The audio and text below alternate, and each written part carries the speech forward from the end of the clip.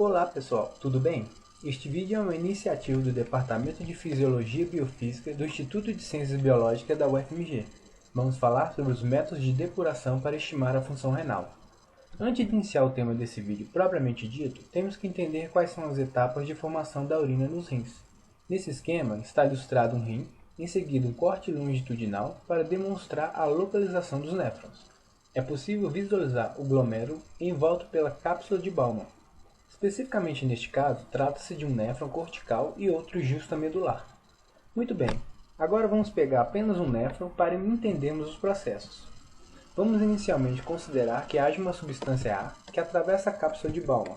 Dizemos então que houve filtração, que é o filtrado que adentra a cápsula de Bowman. Dizemos que a taxa de excreção é igual à taxa de filtração, se não houver nenhum outro processo. Um exemplo disso é a creatinina, que são depurados pelos rins e praticamente toda excretada.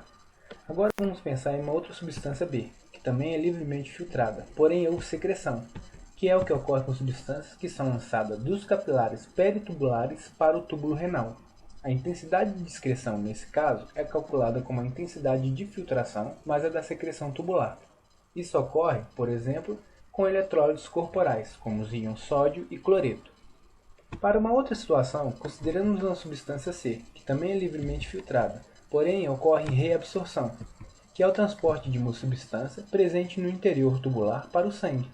Neste caso, a taxa de excreção é calculada como a intensidade de filtração menos a da reabsorção. Um exemplo disso é o que acontece com a glicose. E um último processo que ficou subentendido é a excreção. É o processo em que os produtos residuais do metabolismo e outros materiais são eliminados do organismo. Neste caso, é o que se segue pelo ducto coletor.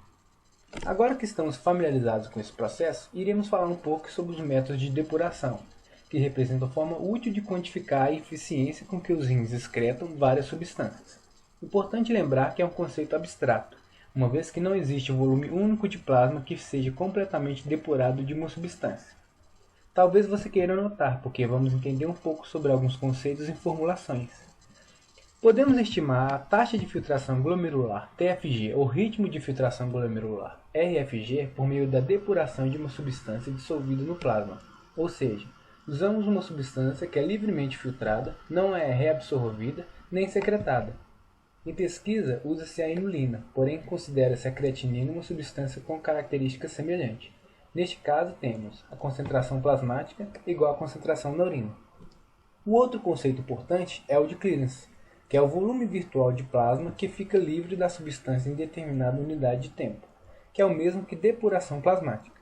Pode-se calcular da seguinte forma: clearance é igual a Cu vezes Vu dividido por Cp, em que Cu é a concentração na urina, Fu ou Vu é o fluxo urinário ou volume urinário e Cp é a concentração plasmática. Muito bem. No caso de uma substância não for reabsorvida e nem secretada, apenas filtrada, a carga filtrada será igual à carga excretada. Assim, o clearance dessa será o mesmo que o TFG ou o RFG. Logo teremos RFG é igual a Cu vezes Vu dividido por Cp. Bem, como vimos lá no início, há ainda o caso de uma substância que é filtrada e é reabsorvida. Se houver reabsorção total, não haverá excreção e, portanto, não haverá clearance, por exemplo, que ocorre com a glicose. Agora atenção, porque isso será visto nos exercícios. Se houver reabsorção, a carga filtrada é maior que a excreção. Então, o RFG vezes a concentração plasmática é maior que a concentração na urina vezes o fluxo urinário. A quantidade da substância reabsorvida corresponde à diferença entre a carga filtrada e sua carga excretada. A taxa de reabsorção é igual a RFG vezes concentração plasmática menos fluxo urinário vezes concentração na urina. Uma observação: caso a substância seja reabsorvida e tenha um mecanismo de reabsorção que envolva um carregador, o aumento da concentração plasmática pode saturar o mecanismo de transporte tubular, aparecendo então a substância na urina. Neste momento, o transporte corresponde ao transporte máximo, ou Tmax, que é a capacidade máxima de reabsorção. Um exemplo disso é o que ocorre com a glicose na doença de diabetes. Iremos falar mais sobre isso nos próximos vídeos. O último caso que ocorre é quando há uma substância que é filtrada e também é secretada. Neste padrão, o clearance é maior que o de inulina, porque uma substância que é filtrada e totalmente secretada corresponde ao que a gente chama de fluxo plasmático renal, ou FPR, pois a massa que chega aos rins é a mesma massa que é excretada. Um exemplo disso é o ácido para-amino-hipúrico, PAH. Uma dúvida que pode ocorrer em sala de aula ou resolvendo os exercícios é: como saber se a substância é secretada ou reabsorvida? Podemos quantificar isso usando as fórmulas já aprendidas até agora. Para a substância ser secretada, deve ocorrer que a taxa de excreção deve ser maior que a taxa de filtração.